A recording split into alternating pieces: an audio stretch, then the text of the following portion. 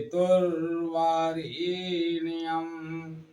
भर्गो देवस्य धीमहि धियो यो नः प्रचोदयात्। उस अग्नि स्वरूप परम ब्रह्म के, जिसके प्रकाश से सारा ब्रह्मांड प्रकाशित होता है, ऐसे परम पुरुष के तेज का मैं ध्यान करता हूँ तथा उसके ज्योतिर्मय स्वरूप को अपने अंतःकरण में धारण करता हूँ, जो परम ब्रह्म हमारी बुद्धि, वाणी तथा कर्मों को कल्याणकारी मार्ग पर प्रेरित करे। परम पूजनीय गोस्वामी तुलसीदास द्वारा रचित श्री रामचरितमानस महाकाव्य का ये भाग नंबर 86 आप लोगों के समक्ष प्रस्तुत कर रहा हूं। आप लोग इसका श्रवण करें और मर्यादा पुरुषोत्तम राम चंद्र जी के चरित्र, जीवन चरित्र से कुछ सीखें। गोस्वामी तुलसीदास जी लिखते हैं, शिव शंकर जी की बारात विदा हो रही है। पार्वती जी माता को फिर से मिलकर चलें। सब किसी ने उन्हें यथा योग्य आशीर्वाद दिए। पार्वती जी फिर कर माता जी को देखती जाती थीं। तब सखियां उन्हें शिव जी के पास ले गई। महादेव जी सब याचकों को संतुष्ट कर पार्वती के साथ कैलाश को चले। सब देवता प्रसन्न होकर फूलों की वर्षा करने लगे और आकाश में सुंदर नगाड़े बजने लगे। चले संग हिमवंतु तब पहुंचावन अति हेतु, विविध भांति पर तो सुकरी विदा कीन वृष केतु। तब हिमवान अत्यंत प्रेम से शिव जी को पहुंचाने के लिए साथ चले। वृष केतु शिव जी ने बहुत तरह से उन्हें संतोष कराकर विदा किया।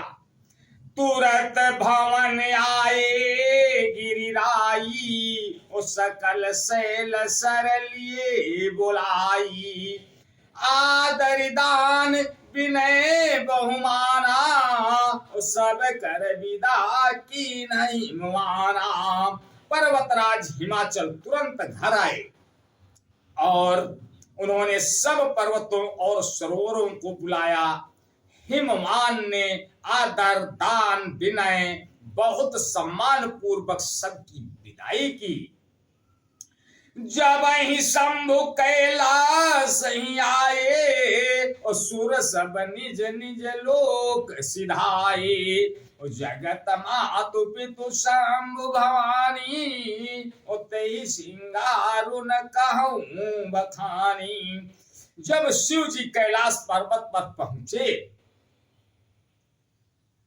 तब सब देवता अपने अपने लोकों को चले गए। तुलसीदास जी कहते हैं कि पार्वती जी और शिव जी जगत के माता पिता हैं, इसलिए मैं उनके श्रृंगार का वर्णन नहीं कर सकता।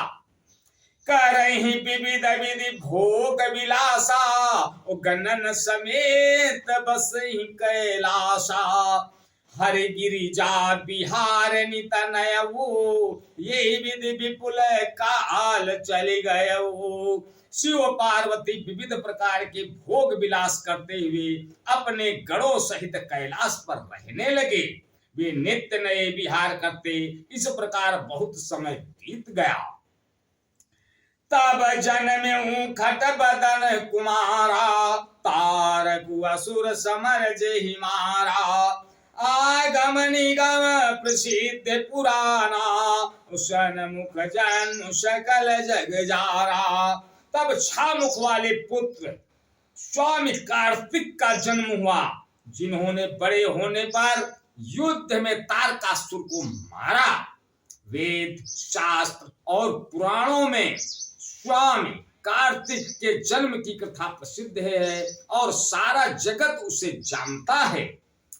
जय गुजान सन्मुख जन्म कर्म प्रताप पुरुषारथ महा ते तुम्हें व्रस के तुसुत कर चरित संक्षेप ही कहा।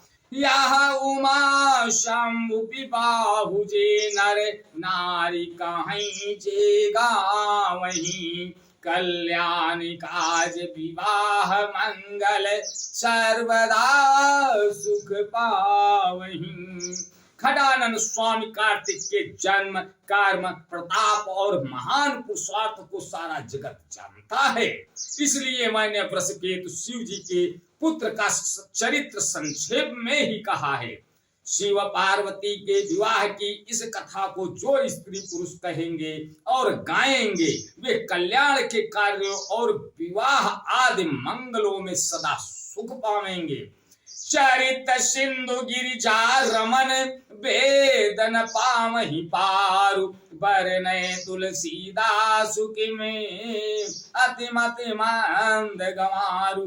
गिरजापति महादेव जी का चरित्र समुद्र के समान अपार है, उसका पार वेद भी नहीं पाते, तब अत्यंत मंद बुद्धि और गंवार तुलसीदास उसका वर्णन कैसे कर सकता है।